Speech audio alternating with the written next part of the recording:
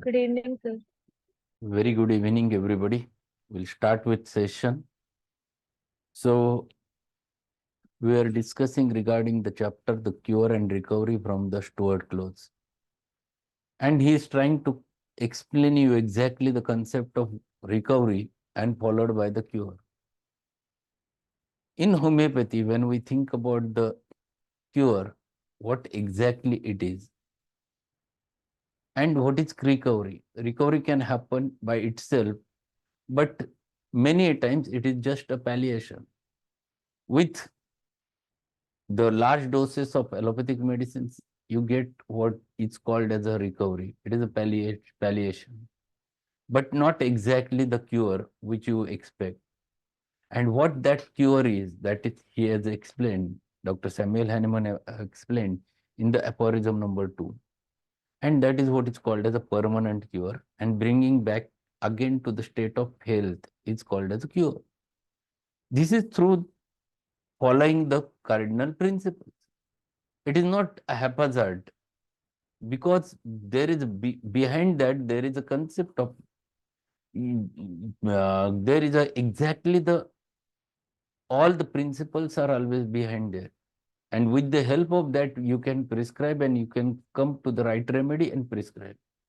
Then he explains one more thing. In last lecture we have discussed that the cure object of the cure should be there, what exactly you have to treat. The end products of the diseases are nothing but the visible pathology. Those are not diseases. Disease is prior to it in the form of a dynamic disorder, and that is expressed first in the functional form. You get the functional manifestations first, followed by the structural manifestation. And those functional manifestations should be your object of the treatment and not the pathology, structural pathology. And this is what he has explained over there. And then he tried to explain what is the requirement for this type of cure. If you want to bring that this patient right from his disorder to the normal, what exactly the requirement is there, what one should get, what exactly one should require. All things he tries to explain over there in the page number 130 from the Stuart Close, the requirements of cure. The first requirement of cure is by medication is that it shall be the result of direct application of definite general principle of therapeutic medication. The result may be accidental or intentional on the part of prescriber in a given case, but its relation to the means employed must be capable of rational explanation of and demonstration by reference to the governing principle. So, whenever you want to treat any patient, there should be some law, there should be some principle, cardinal principle, and then you apply that. It is not just I feel this remedy will work, but why it will work? What is the reason? How it works? That concept should be there. Homeopathy, we have 7 cardinal principles. We know, yes, our remedy will going to work because it follows all 7 criteria. That is the first requirement in the process of cure, that it should follow the definite principles. Second important thing, the general principle is capable of systematic demonstration, not only once but repeatedly and invariably under the stated condition. So whatever the principle you are using, it should be proved again and again and showed same result. That is what is called as a scientific. Science is nothing but the when repeated experimentation found to produce the same results again and again, the experimentation is called a scientific experiment, and that is what is called as science. So principle should be scientific. Given the principle, it is always possible to formulate a method or technique by means of which the principle may be successfully applied to every case within its scope. So, with this principle, there should be a specific method.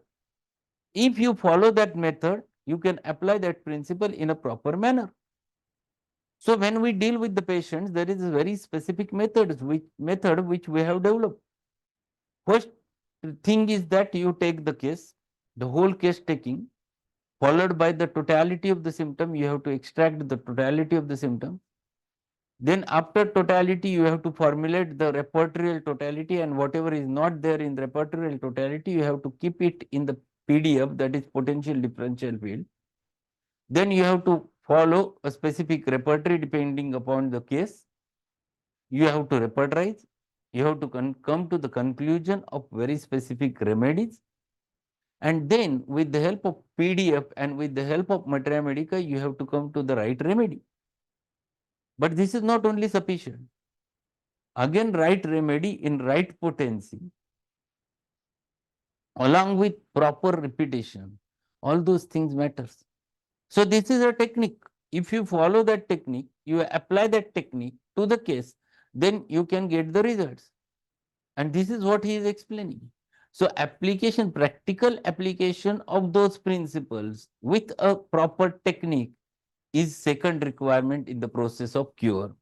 See, this is what is called a systematic understanding of law of cure. Third,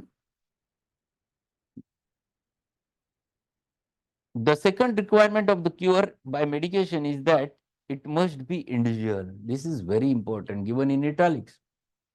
It must be individual means there is no same remedy is useful for each and every patient. For every patient, even though then their diagnosis is same, you have to take that case specifically, individually, find it out the totality, find it out the characteristic totality, match that with the remedy and find it out his remedy. For 10 cases of the same diagnosis, the remedies might be a 10, different 10 remedies. It is not one and same as happens in modern science. And this is the principle that individualization is the process. A general principle according to which any action takes place is always capable of being individualized. The ability to meet varying requirements of the individual cases proves the existence and truth of principle involved. Every case, you have to apply principle in a different manner. You have to judge, you have to catch, you have to understand, you have to perceive. There are a number of things which you have to perceive from the patient. Every patient will going to present a different individuality. One patient might come to you with a diagnosis of malaria with chill at 4 a.m. Next patient comes to you with chill at 11 a.m. Third patient comes to you chill at the 12 o'clock at midnight. Because that is an individuality which is expressing through his chill. Chill is common, but the time modality is different and remedy is different. Every patient. So for first patient, you might have to give him Cetron. The second patient, it is Natramur. Third patient, it is arsenic album. That's what you have to find it out. Because the time modality is very specific. This is individuality. And homeopathy deals with the individualization and not with the common symptoms. Your prescription depends upon all characteristic symptoms, either in the form of sensation, in the form of modalities, in the form of concomitants, in the form of causative modalities, in the form of constitution, in the form of miasms. There are many things which you have to take into consideration when dealing with the patient. The true system of therapeutics must be able to adapt its basic principle and its remedy to needs of each individual case. So every case demands different. Every case presents different way and demands different remedy. And that is what is individualization. So remedy is always dependent upon that specific individual. There are no cures of diseases, no remedy for the all cases of the same disease. So there is no, what he is saying very clear, there are no cures for diseases. There are no cures for diseases means you are not treating the malaria, you are treating the individual who is suffering from malaria. You are not curing the malaria, you are curing the patient. You are not curing the typhoid, you are curing the patient who is suffering from typhoid. So there are no cures for diseases, no remedy for the cases of same disease. So there is no specific remedy. For every patient, you will not going to prescribe the baptisia for typhoid. It might be baptisia, it might be pyrogen, it might be ipecac, it might be rustox, it might be anything. Varies because everyone will present it in different manner. Cure relates to the individual patient and not to the disease. So your cure is dependent upon the individual patient and not on the disease. No two cases of the same disease are exactly alike.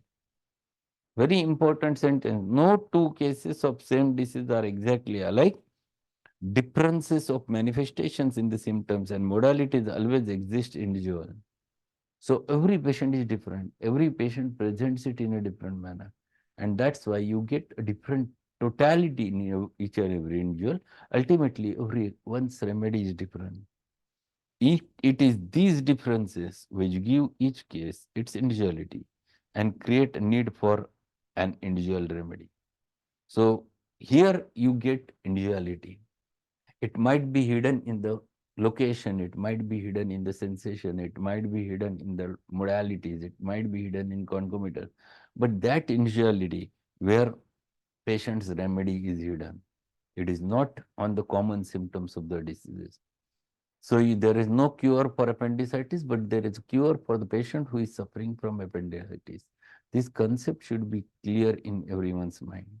So he has explained over there the requirements, and now he turns towards the morphological factor.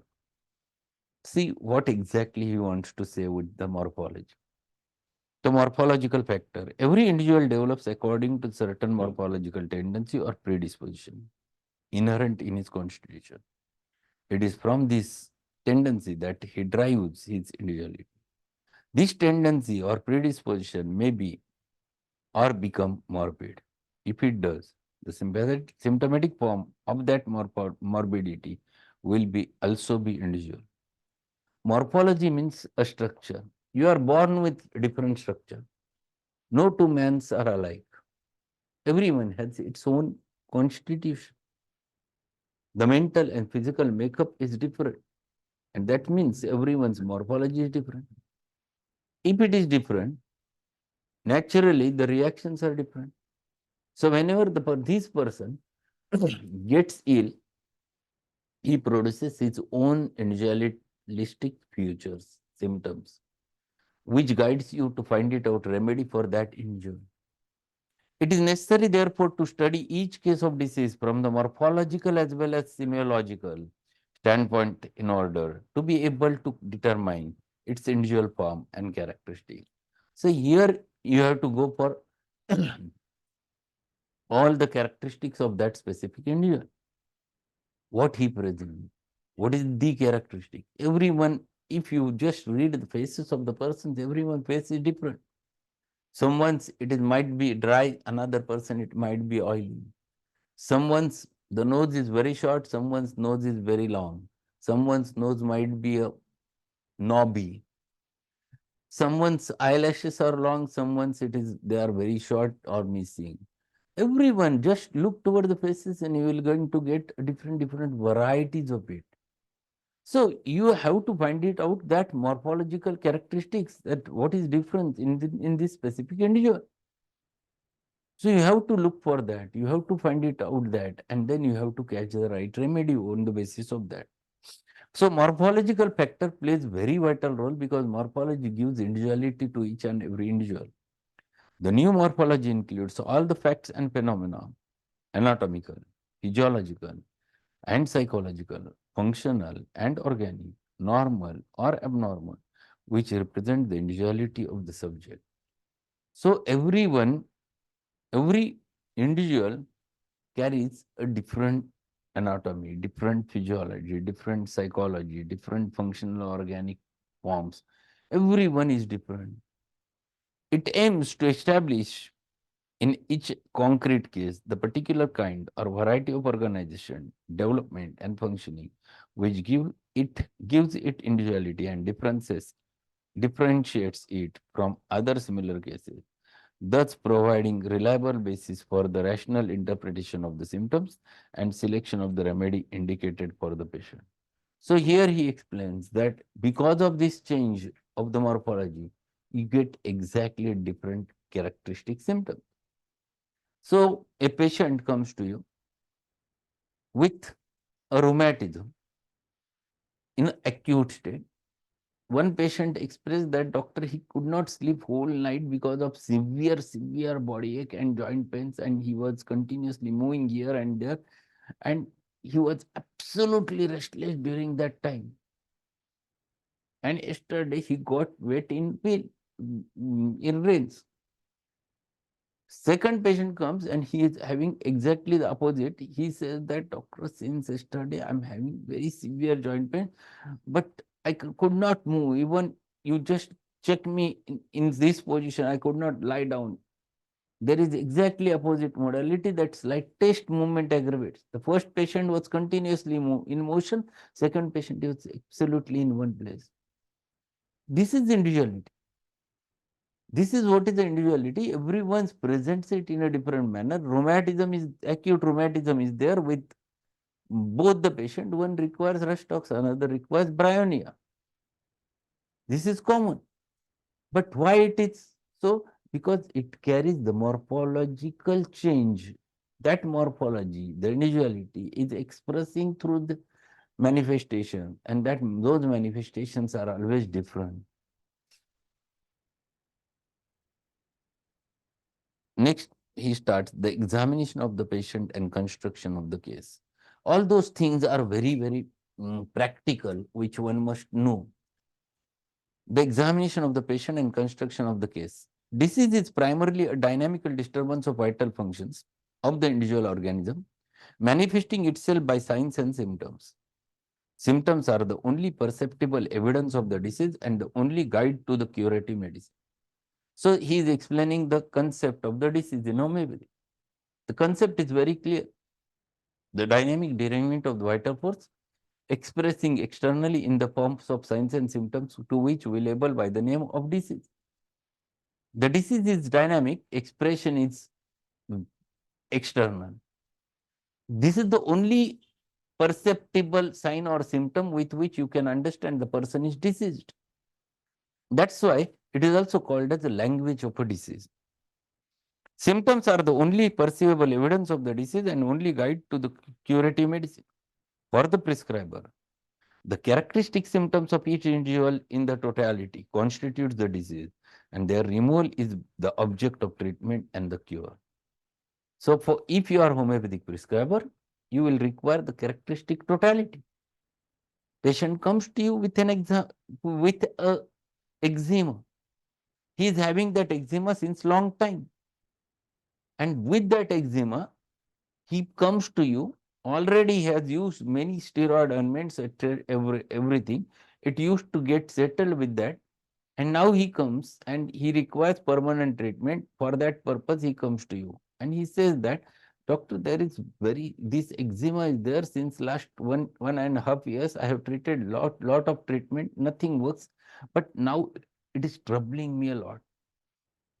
And I used to get a lot of itching, and I used to scratch a lot, and it's followed by burning. I have to keep that under the hot water, then I feel better. He is giving you something which is essential for the prescription. He is giving you something characteristic which is having a meaning, which gives a individuality to that patient, with which you can reach to the right remedy. Because this patient is having a eczema which is itching, followed by scratching, followed by burning, followed by bitter by warmth. And remedy, as she has rightly explained over there, it is arsenic album. Why you are coming to the arsenic album? Because you got the characteristic totality. If patient would have not given this totality, you would have nowhere. So what, from prescriber's point of view, you require the characteristic totality. And your aim is to remove that totality, is your object. The third requirement for the performance of an ideal cure, therefore, is a complete and impartial collection and record of the facts, which constitutes natural and medical history of the individual. So what he is explaining, third point or third requirement is that Therefore, it's complete and impartial collection and record of the facts.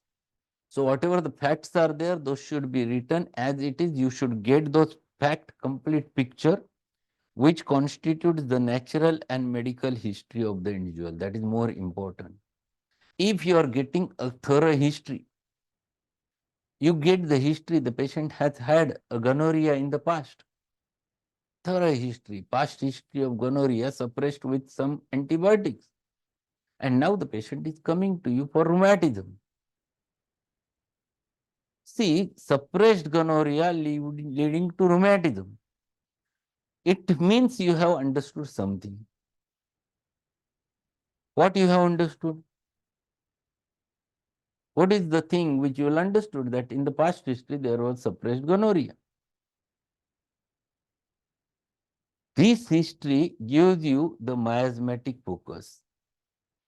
So you have to choose a remedy which has that miasm. Suppressed gonorrhea leading to form new internal diseases is the psychotic miasm. So you have to choose a remedy covering the psychotic dominance. Then your remedy will going to work. Acute remedy will not going to cure that patient. So history, why history is necessary? That medical history, because you get the cause of the disease, the root cause of the disease. This should include not only the physical and constitutional signs, the heredity and family history of the patient, how he was born, raised and educated, his occupation, his habits, his social and domestic relations, but a chronological symptomatic history of all of his diseases, indispositions, idiosyncrasies, accidents, vicissitudes. Vicissitudes means unpleasant experiences as far as they can be recalled. But that's all. We're going to discuss this point. This is the point which will require one lecture completely. What is needed is history. What history? The past history, the family history, and personal history. These are three important requirements. Past history, what you can get from the past history? Past history you can get from what the patient was suffering right from childhood till today. That guides you towards the miasm. Same is true when you get the proper family history. If you are getting the proper family history, it is again true that you are getting exactly what the patient, from what miasmatic background the patient is there. So with the help of family history and past history, you are coming to a very specific miasmatic focus in the patient, which is necessary in order to find it out a right remedy. Then comes the question of personal history. So in the past family history, thereafter he said how he was born. How he was born, whether it is the method either by normal birth or cesarean. That is first thing. Second important thing is, was there any complication at the time of birth? That was another point which you have to ask. How he has been raised. What it means. Since childhood till today, how the development is there. What he got from his parents, what he got from from his early school, then in the school, in the higher secondary school and colleges, everything in the process of development, how he was raised and educated, both things, because that imposes a miasmatic focus again, because you are born with certain miasm, but whether evolution of that miasm to something else always depends upon this raising and education. With whom you remains, you acquired those characteristics. You gather, you capture those from the others. And that's why the raising and education plays very vital role in the process of development. His occupation. Why the occupation is necessary? Anyone? What is the importance of occupation in the history? What do you get? In case of sedentary, there are few drugs. In case of थोड़ा जोर से occupational बोलो. diseases. Yes, what you are saying again. Yes. Occupational diseases we get. Yes, you can get occupational diseases. Agreed. Anything else? Occupational hazards, that is the common. Anything more than that from homeopathic point of view? Any specific thing which you get? Yes, maintaining cause you can get. Anything else? My question is always that, are you happy with the occupation? Whatever may be the occupation, whether patient is doing the job or whether the patient is doing the service or he is doing the business, you put just one question: whether are you happy with your occupation?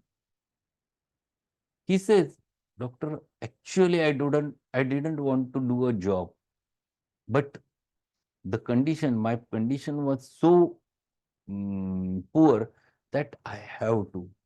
Actually, I was interested in doing the business, but it was not possible. Finance was not available. So I'm doing it, but I'm not happy. You get something. What do you get from this? You get very important feature, very important rubric. What is that rubric? You get the case over there. What is the rubric? Anyone? Simple rubric which guides you towards two remedies directly.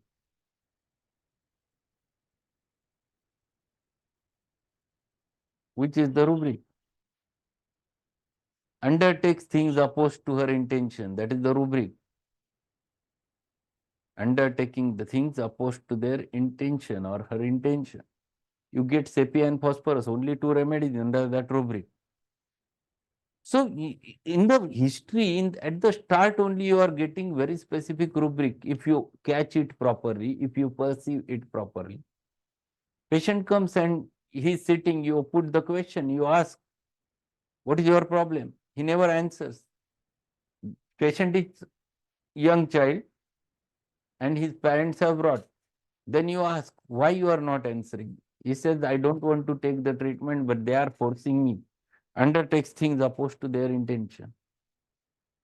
So this is what is homeopathy is there. Occupation doesn't mean that only occupational hazards for the human for us.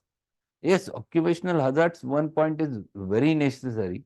But along with that, from our perspective, we have to look towards the occupation with a different angle. So this is what he is explaining over there. We'll discuss this whole paragraph tomorrow again because it will take whole tomorrow's session. Everything is very essential to understand.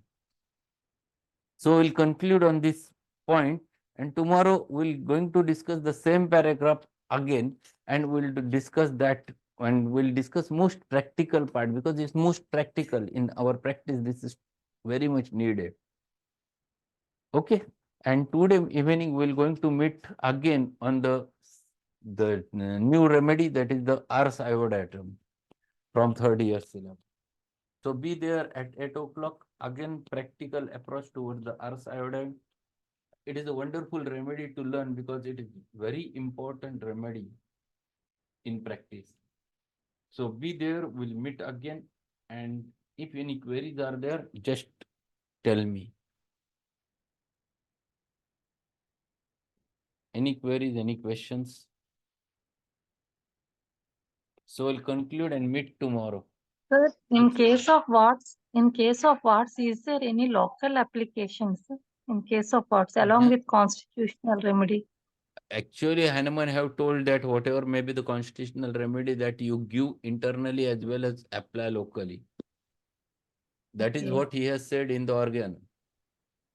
In the 6th edition, that is the only big difference he has made in his thoughts for the psychotic miasm for the wards. Suppose if we give Thuja 200, then shall we apply Thuja Mother potency? mother Mother tincture for local application. Okay, sir. So thank you being there. We'll meet again tomorrow and also in the evening.